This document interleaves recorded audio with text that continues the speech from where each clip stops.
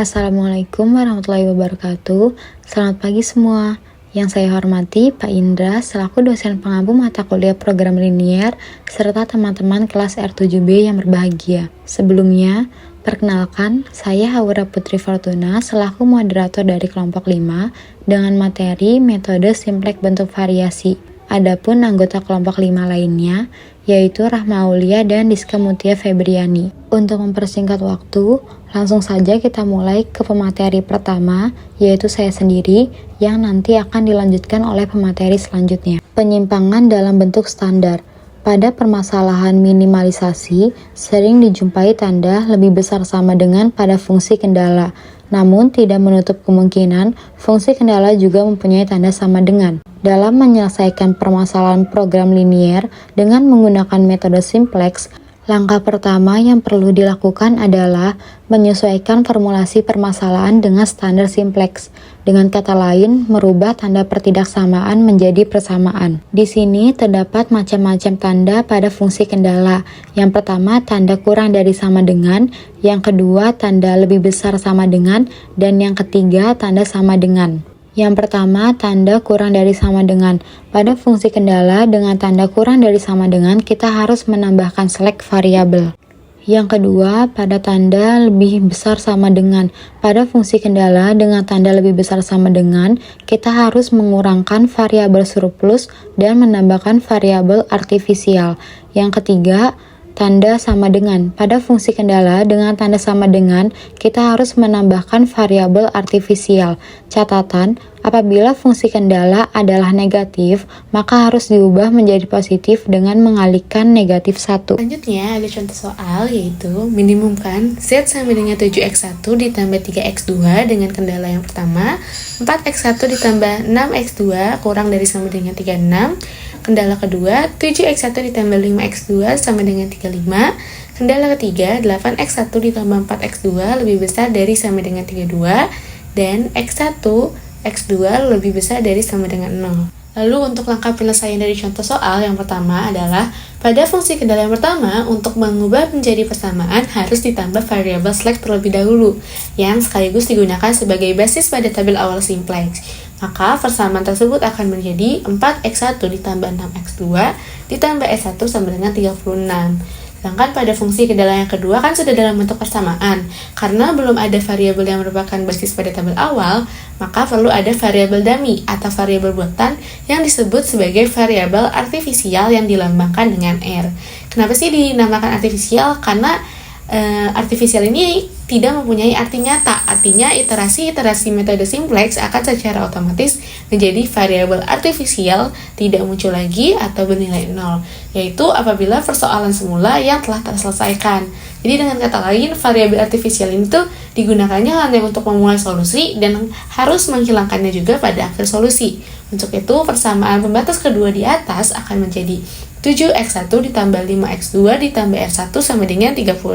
Sedangkan pada fungsi pembatas atau kendala yang ketiga yang bertanda lebih besar dari sama dengan, maka harus dirubah dulu nih tandanya menjadi kurang dari sama dengan, pada akhirnya menjadi tanda sama dengan, agar dapat diselesaikan dengan metode simplex. Jadi persamaan yang sebelumnya itu dikalikan dulu dengan minus 1 dan akan menjadi min 8x1 dikurang 4x2 kurang dari sama dengan min 32.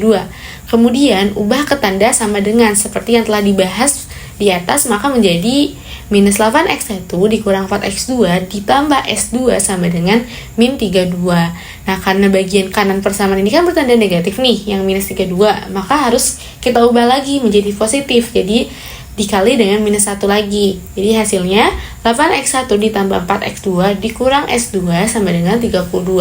Tetapi karena s2-nya ini bertanda negatif, hal ini tidak memungkinkan dalam metode simplex karena tidak dapat digunakan sebagai basis pada tabel awal. Untuk itu harus ditambahkan lagi dengan variabel artifisial R sehingga persamaan pembatas ketiga tersebut menjadi 8x1 ditambah 4x2 dikurang s2 ditambah r2 sama dengan 32. Oke, selanjutnya setiap variabel artifisial dalam fungsi tujuan diberikan penalti M, di mana M ini dapat dikatakan sebagai bilangan positif yang sangat besar. M bertanda negatif apabila fungsi tujuan maksimasi, dan M bertanda positif apabila fungsi tujuan minimasi. Nah, sehingga pada soal di atas, bentuk standarnya adalah minimumkan Z sama dengan 7x1 ditambah 3x2 ditambah 0s1 ditambah 0s2 ditambah mr1 ditambah mr2 dengan kendala yang pertama 4x1 ditambah 6x2 ditambah S1 sama dengan 36. Kemudian kendala yang kedua ada 7x1 ditambah 5x2 ditambah R1 sama dengan 35. Kemudian 8x1 ditambah 4x2 dikurang S2 ditambah R2 sama dengan 32. X1, X2, S1, S2, R1, R2 lebih besar sama dengan 0. Nah, penyelesaian persoalan yang mengandung variabel artifisial ini dapat dilakukan dengan metode Big M. Nah, pertama kita ubah dulu bentuknya menjadi R sama dengan pada fungsi batasan 2, 7x1 ditambah 5x2 ditambah R1 sama dengan 35, kita ubah menjadi R1 sama dengan 35 dikurang 7x1 dikurang 5x2. Kemudian pada fungsi batasan 3, 8x1 ditambah 4x2 dikurang S2 ditambah R2 sama dengan 32, kita ubah menjadi R2 sama dengan 32 min 8x1 min 4x2 ditambah S2. Nah, kemudian kita melakukan substitusi nilai R1 dan R2 pada persamaan kendala ke dalam persamaan fungsi tujuan Z menjadi Z sama dengan 7x1 ditambah 3x2 ditambah mr1 ditambah mr2. Nah, kita substitusikan Z sama dengan 7x1 ditambah 3x2 ditambah m, R1-nya 35 dikurang 7x1 dikurang 5x2 ditambah m, R2-nya 32 min 8x1 min 4x2 ditambah S2. Kemudian menjadi Z sama dengan 7 dikurang 7M dikurang 8M X1 ditambah 3 min 5M min 4M X2 ditambah MS2 ditambah 35M ditambah 32M. Kemudian menjadi Z sama dengan 7 dikurang 15M X1 ditambah 3 min 9M X2 ditambah MS2 ditambah 67M. Nah, kemudian kita pindah ruaskan persamaannya menjadi Z ditambah 15M dikurang 7 X1 ditambah 9M dikurang 3X2 dikurang MS2 sama dengan 67M. Nah, selanjutnya kita masukkan ke dalam tabel iterasi 0. Kita memperoleh basisnya itu Z, S1, R1, dan R2 yang mana terdapat bilangan positif 1 di tiap barisnya. Kemudian tinggal kita masukkan sesuai dengan koefisien pada tiap fungsi yang pada slide sebelumnya, yaitu untuk Z, Z-nya 1, kemudian X1-nya 15M-7, X2-nya 9M-3, S1-nya 0, R1-nya 0, S2-nya min M, R2-nya 0, solusinya 67M. Kemudian untuk basis S1, Z-nya 0, X1-nya 4, X2-nya 6, S1-nya 1, R1-nya 0, S2-nya 0, R2-nya 0, solusinya 36. Kemudian untuk R1, Z-nya 0, X1-nya 7, X2-nya 5, S1-nya 0, R1-nya 1, S2-nya 0, R2-nya 0, solusinya 35. Kemudian untuk R2, Z-nya 0, X1-nya 8, X2-nya 4, S1-nya 0, R1-nya 0, S2-nya min 1, R2-nya 1, solusinya 32. Nah, selanjutnya kita harus menemukan kolom kunci. Kolom kunci ini didapat melalui elemen baris Z positif terbesar. Karena merupakan masalah minimasi, jadi kita carinya yang positif terbesar. Nah, kita fokus di Z sama X1 dan X2. Nah, dapat dilihat bahwa positif terbesarnya ada di 15M, artinya yang menjadi kolom kunci adalah X1. Nah, lalu kita menentukan baris kunci. Baris kunci didapatkan dari solusi dibagi dengan kolom kunci, sehingga menghasilkan suatu indeks. Nah, dari indeks tersebut dipilih bilangan angka positif terkecil untuk dijadikan baris kunci. Pada baris S1 indeksnya itu 36, dibagi dengan 4 sama dengan 9. Pada R1, 35 dibagi 7 sama dengan 5. Pada R2, 32 dibagi 8 sama dengan 4. Nah, sehingga didapatkan baris kunci ada di baris R2. Maka yang beririsan pada baris kunci R2 dan kolom kunci tadi X1, kita peroleh angka kunci yaitu sama dengan 8. Nah, selanjutnya pada tabel iterasi 1 untuk baris R2 kita ubah menjadi X1. Kemudian untuk membuat nilai baris kunci yang baru, kita lakukan operasi baris dasar, yaitu nilai baris kunci lama dibagi dengan angka kunci. Sehingga diperoleh baris kunci yang baru itu untuk X1 Z-nya sama dengan 0, X1-nya sama dengan 1, X2-nya setengah, S1-nya 0, R1-nya 0, S2-nya min 1/8, R2-nya 1/8, solusinya 4. Nah, kemudian untuk nilai baris yang lain, operasinya itu baris lama dikurang nilai baris baru dikali angka kolom kunci baris yang bersangkutan.